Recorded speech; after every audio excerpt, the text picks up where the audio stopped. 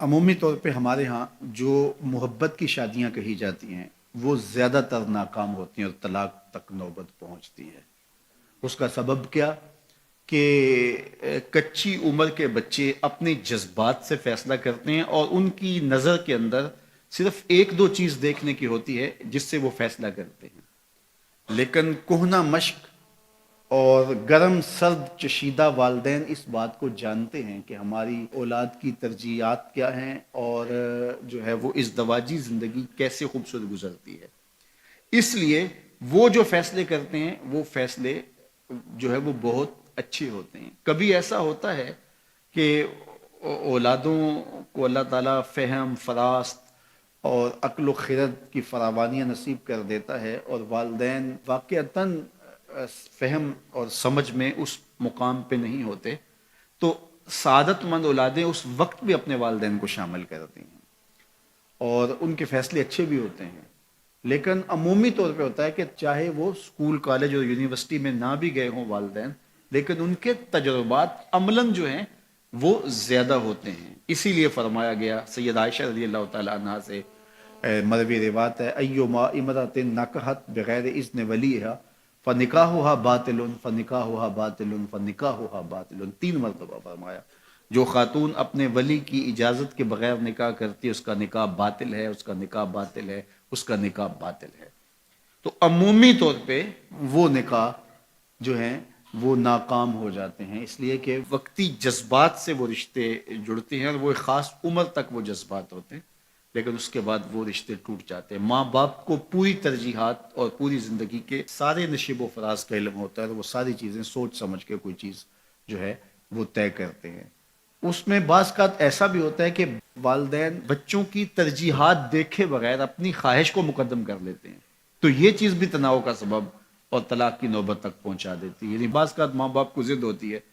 کہ میں اپنے رشتہ داروں میں ہی اپنے بچے کا نکاح کرنا ہے اور وہ بیٹی جو ہے اس کا مزاج نہیں جڑ رہا ہوتا، تو یہ خواہش اچھی ہے،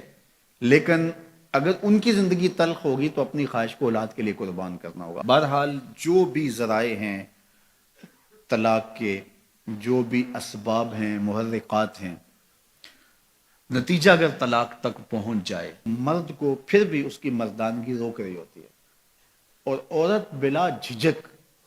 جب وہ جذبات میں آتی ہے تو وہ طلاق مانگنے میں دیر نہیں کرتی، اور بہت ساری طلاق جو جذباتی ماحول میں ہوتی ہیں اس میں قصور خاتون کا ہوتا ہے کہ وہ طلاق مانگتی ہے۔ تو عورت کو کبھی بھی طلاق نہیں مانگنی چاہیے، ہاں اگر واقعتاً اس کا استحقاق بنتا ہے، وہاں زندگی گزارنا مشکل ہو گیا ہے، تو وہ عدالت میں رجوع کر کے خلا لے سکتی ہے۔ لیکن یہ عورتیں جو ڈٹ جاتی ہیں کہ ٹھیک ہے مجھے بھی فارغ کرو، میں ایک لمحہ اس گھر نہیں رہنا چاہتی، یہ گھر میرے لیے جہنم ہے، اور یہ اس کی بہنوں کے سامنے، اس کے بھائیوں کے سامنے، اس کے خاندان والوں کے سامنے اس کو یوں للکار رہی ہوتی ہے، تو پھر وہ طلاق دے دیتا ہے۔ اور بعض کا وجہ نہیں ہوتی کہ وقتی تناؤ ہوتا ہے۔ تو حضرت امام ابو داود نے حضور کا یہ فرمان لکھا ہے کہ آقا کریم نے فرمایا کہ جو خاتون بغیر عذر کے اپنے شوہر سے طلاق مانگتی ہے وہ جنت کی خوشبو بھی نہیں پائے گی، اور جنت کی خوشبو 500 سال کی مسافت سے آنا شروع ہو جائے گی۔ تو جو بغیر عذر کے اپنے شوہر سے طلاق مانگتی ہے، تو یہ بات ذہن میں رکھیے گا کہ عورت نہیں چاہتی کہ یہ اس کے وقتی جذبات ہوتے ہیں، وہ یہی چاہتی ہے کہ میں سرخ جوڑے میں اس گھر میں آئی ہوں تو سفید کفن میں واپس لوٹوں اس گھر میں۔ اور عورت کی آرزو ہوتی ہے کہ میرا شوہر جو ہے وہ مجھ کو جو ہے وہ خود اپنے ہاتھوں سے جو ہے وہ لاحد میں اتارے۔ میرے حضور صلی اللہ علیہ وسلم نے عورت کے اس جذبات کا لحاظ کرتے ہوئے ایک دن سیدہ عائشہ سے کہا کہ عائشہ اگر تو انتقال کر جائے میں تجھے خود کفن دوں اور خود لاحد میں اتاروں۔ تو حضرت عائشہ رضی اللہ تعالیٰ عنہ کی چشمان اقدس سے آنسو آ گئے کہ یہ اگر ہو تو میرے لیے سے بڑا کیا احساس ہے کہ میرا شوہر میرا خود جنازہ پڑھے